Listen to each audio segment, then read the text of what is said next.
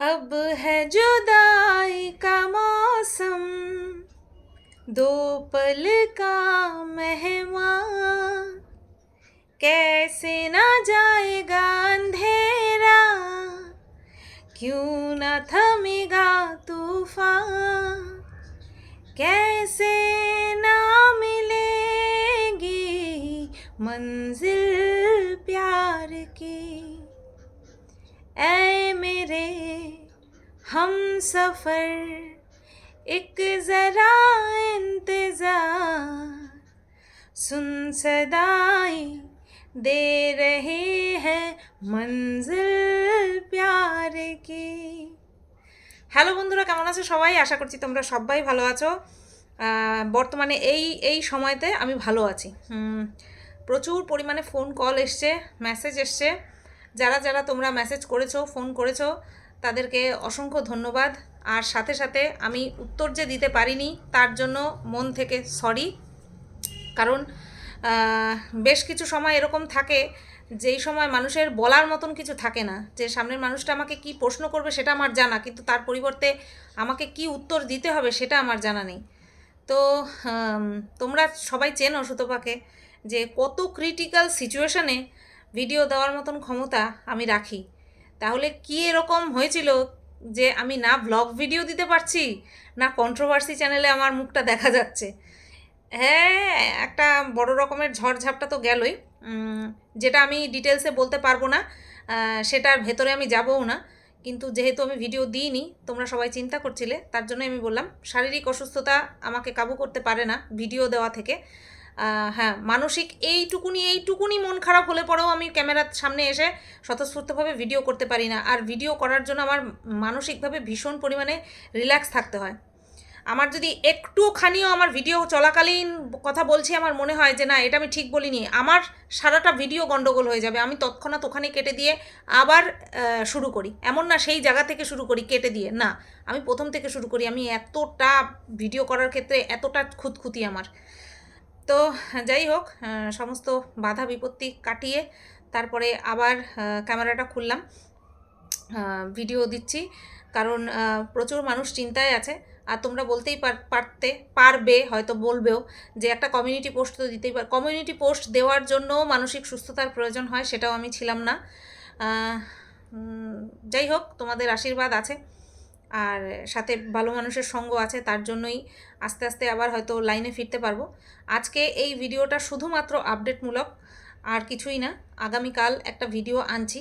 অনেক শুনছি চারিদিকে, অনেক কিছু দেখছি, যেখানে আমি এত কিছু জানি সেখানে আমি মুখ বুজে রয়েছি, আমার নিজের কাছেই খারাপ লাগছে, ঠিক আছে? তো একটা মেয়েকে চরিত্রহীন বলে দেওয়াটা না ভীষণ সহজ, তার পেছনের কারণগুলি দেখাটা আমাদের কর্তব্য, যে কি কারণ। তো এই যে এই মিনাকে একের পর এক অনেক পুরুষের সঙ্গে জড়ানো হয়েছে, কিছু প্রমাণ পাওয়া গেছে, কিছু প্রমাণ কি একজনের সাথে জড়ানোর প্রমাণ পাওয়া গেছে, আরেকজনের সঙ্গে জড়ানোর কোনো প্রমাণ আজ পর্যন্ত পাওয়া যায়নি, ঠিক আছে? তো সেই কারণের জন্যই কি কারণে আজকে এই দুর্গতি প্রগতি যাই হোক না কেন সেটা নিয়ে আসছে আগামীকাল।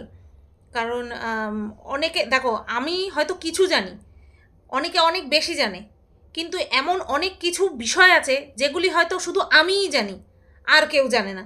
মানে আমি ক্রিয়েটারদের কথা বলছি, ঠিক আছে? ক্রিয়েটারদের মধ্যে হয়তো আমিই জানি, এরকমটা হতে পারে না? কারণ একটা সময় আমার খুব ভালো সম্পর্ক ছিল।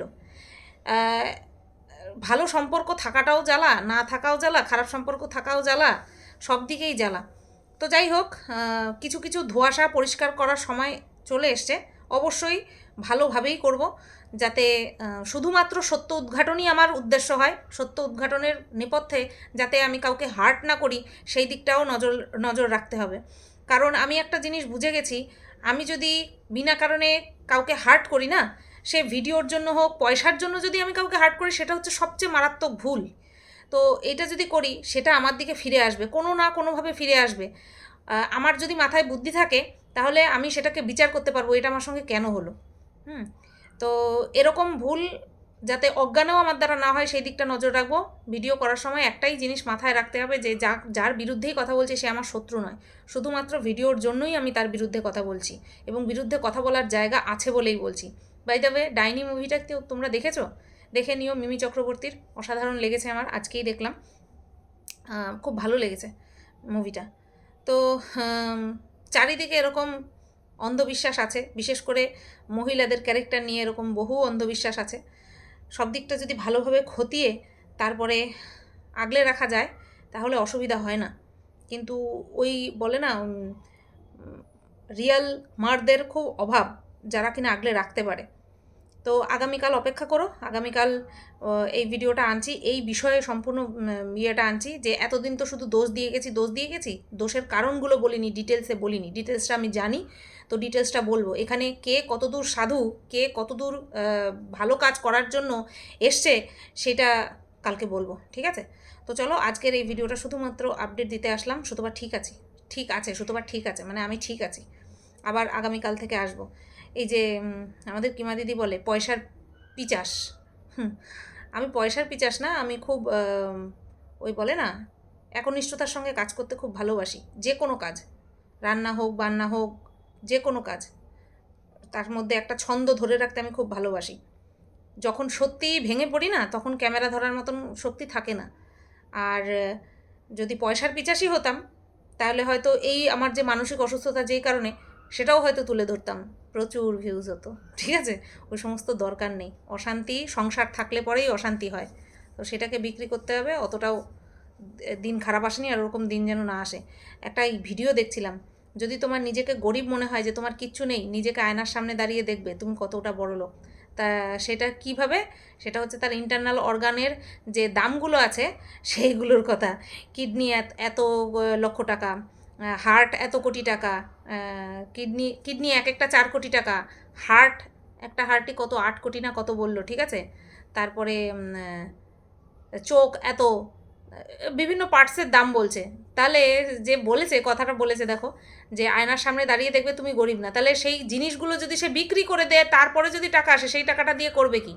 এই লোকটার মানে সামনে যদি পেতাম, আমি সামনাসামনি জিজ্ঞাসা করতাম, যে আয়নার সামনে দাঁড়িয়ে তো দেখলাম যে আমার মধ্যে এত টাকার জিনিস আছে, কিন্তু তার মধ্যে থেকে একটা কিছু দিয়ে দিলেই তো আমি ডিজেবল হয়ে পঙ্গু হয়ে গেলাম, তাই না? আমি তো পঙ্গু হয়ে গেলাম। বাই দ্য ওয়ে, পঙ্গু শব্দটা শুনে মনে পড়লো যে পঙ্গু শব্দটা নাকি গালি।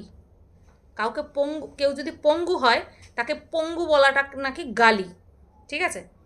অথচ হ্যান্ডিক্যাপ বলা যায়, হ্যান্ডিক্যাপের কোঠা থাকে আলাদা, হ্যান্ডিক্যাপ বলা যায়, তাকে বাংলায় পঙ্গু বলা যায় না। এরকমও মানুষ আছে যারা কিনা পঙ্গু বললে পঙ্গু শব্দটাকে গালি বলা হয়। তারা যদি আমার ভিডিও দেখে, তারা বুঝতে পারবে যে আমি কাদের কথা বলছি। যাই হোক, এই ভিডিওটা এই পর্যন্তই রাখলাম। সবাই তোমরা ভালো থেকো, সুস্থ থেকো, চিন্তা করো না, বেঁচে আছি যখন ঠিক ভিডিও আসবে। Tata, good night.